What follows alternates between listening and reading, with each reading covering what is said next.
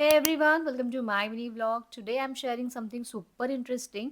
तर इंडियामध्ये आपण काहीही ऑर्डर केलं की पार्सल डायरेक्टली आपल्या दारात येतं आणि म्हणूनच माझ्यासारखे अशी लोक ऑनलाईन ऑर्डर करतात म्हणजेच घर बसल्या सगळं मिळतं. लिटरली मी तर सगळ्या काही गोष्टी झेप्टो, स्विगी मार्ट, ब्लिंकिट ह्या सगळ्यावरून मागवत होते. पण इथे स्वीडनमध्ये ऑनलाईनच ऑर्डर केलेली गोष्ट घेण्यासाठी मला 1 किलोमीटर दूर चालत जावं लागतं. सो इथे स्टोरी थोडीशी वेगळी आहे. इथे बहुतेक पार्सल्स पिकअप पॉइंटवर येतात म्हणजे जवळच्या मार्ट किंवा पार्सल शॉप्समध्ये because of convenience and security reason. सर्वच पार्सल पिकअप पॉइंटवर येतात असं नाही. काही छोट्या छोट्या जर वस्तू असेल त्या दारावर सुद्धा येतात. सो असंच आज आमचं एक पार्सल आलं होतं म्हणून भल्या पावसात 1 किलोमीटर दूर चालत जाऊन आम्ही गेलो होतो त्या मार्टमध्ये जिथे आमचं पार्सल आलं होतं. सो जेव्हा तुम्हाला पार्सल पिकअप पॉइंटवर डिलिव्हर झाल्याचा SMS येतो त्यासोबत एक कोड सुद्धा येतो. तो तुम्हाला व्हेरीफाय करावा लागतो. शिवाय तुमची आयडी सुद्धा व्हेरीफाय करावी लागते and then you get your parcel. So स्टार्टिंगला तर ही गोष्ट मला थोडीशी वेगळी वाटली होती कारण इतक्या दूर जाऊन पार्सल घ्यावं लागतंय. सो त्यानंतर घरी आलो आणि घरी आल्यानंतर पार्सल ओपन करायचं मला खूप जास्त एक्साइटमेंट असते.